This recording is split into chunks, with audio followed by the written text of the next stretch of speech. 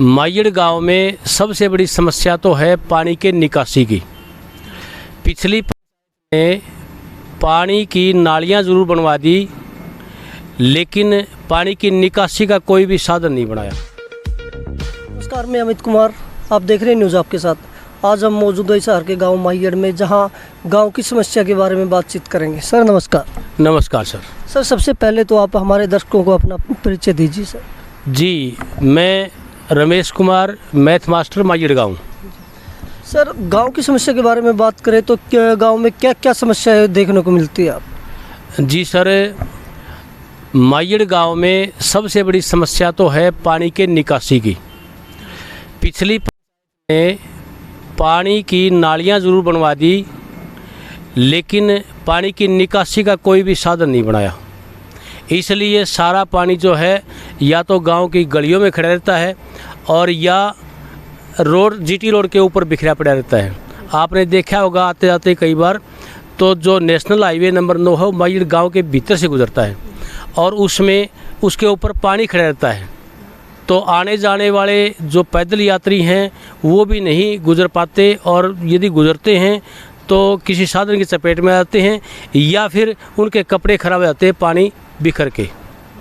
Sir जो बच्चे school में जाते हैं, स्कूल की क्या कुछ व्यवस्था है गांव में? जी, सरकारी स्कूल के ऊपर विशेष ध्यान देने वाली बात है। प्राइवेट स्कूल तो अपने बिहाफ पर सब व्यवस्थाएं कर लेते हैं जैसी भी उनका सामर्थ्य है। हमारे गांव में जब ये बीजेपी सरकार बनी थी तो हमारे गांव के ही मनोहर लाल खट्टर जी जो मुख्यमंत्री हैं, उनके ओएसडी बने थे कैप्टन भूपेंद्र सिंह, मेरे ही गांव के हैं वो। तो उन्होंने सरकार बनते ही सबसे पहला कार्य यही किया था कि स्कूल 10वीं तक का था, इसको उसी टाइम 12वीं तक का करवाया। और एक विशेष बात यह है कि 12वीं तक की क्लास लगने के साथ साथ तीनों स्ट्रीम उन्होंने यहाँ दिलवाई थी, साइंस, कॉमर्स और आर्ट्स। बहुत बढ़िया पढ़ाई चल पड़ी थी। उस समय यहाँ के प्रिंसिपल मेरे ही मित्र थे सुरेंद्र सिंह, जिन्होंने बहुत अच्छी व्यवस्था की थी और स्कूल में पढ़ाई ज़बरदस्त थी।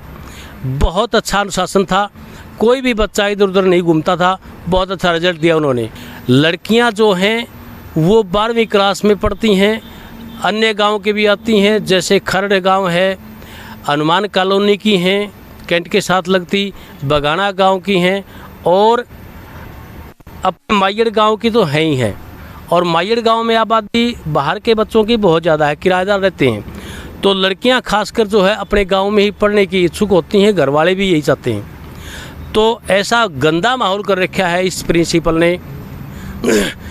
मैंने खुद देखा है, मैंने 2-3 बार मैं खुद वहाँ गया हूँ व्यक्तिगत तौर पर अकेला, और मैंने समझाया है कि मैडम इतना बढ़िया स्कूल चलाया था, सरकार ने तीनों स्ट्रीम यहाँ दी थी, लेकिन आपने एक तो स्ट्रीम खोदी सारी, केवल आर्ट्स के फद्दू सब्जेक्ट बच गए। बहुत बढ़िया इसका मतलब सिस्टम था यहाँ, मैं कोई आवारा बच्चा नहीं घूमता, कोई नहीं। और अब तो मतलब बुरा हाल हो रहा है स्कूल में जी। कोई पढ़ाई की तरफ मतलब ध्यान नहीं है। मोबाइल है, वो बच्चे लेके घूम रहे हैं, स्कूल के अंदर ले जा रहे हैं। लड़के लड़कियां बाहर घूम रहे हैं, कोई डिसिप्लिन है। सारी जिम का सामान है वो सारा डैमेज हो चुका है, कोई देख रेख नहीं है, कोई भी देख रेख नहीं है इस टाइम। एक बार मतलब गांव वालों को मतलब एक मीटिंग बना के मैडम से पूछना चाहिए।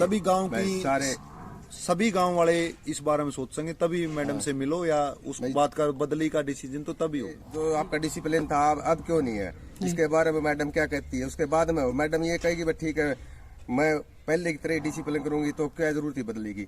जब मैडम ने कहा ऐसे चलेगा फिर बदली की शिक्षा चाहिए। शिक्षा चाहिए हमें। अध्यापक बदली से कोई वो नहीं है, शिक्षा चाहिए बच्चों की। मेन बात है, अध्यापक तो और भी आएंगे और भी जाएंगे, ये कोई नहीं है, शिक्षा चाहिए बच्चों की। सर नशे की गांव में क्या कुछ समस्या है? जी, नशा गांव में चरम सीमा पर है। खासकर जो शराब है वो तो हर 5वें घर में बिक्री है।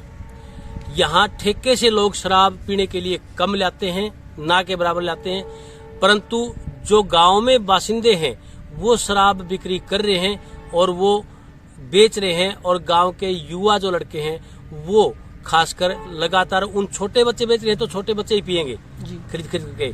और दूसरा, इस गांव में सुल्फा और भांग और चिट्टा वगैरह पता नहीं क्या क्या होता है, जो नशे की चीजें होती हैं, उनका मुझे पूरा ज्ञान तो है नहीं, लेकिन वो सुल्फा, सट्टा, चिट्टा वगैरह या भांग वगैरह ये भी काफी बिकते हैं। लेकिन गांव की प्रत्येक गली के सिरे पर ये समझो शराब तो पक्का बिक रही है। इसलिए प्रार्थना है सरकार से कि गांव में घर घर जो शराब बिक रही है उसको बंद करवा देवें।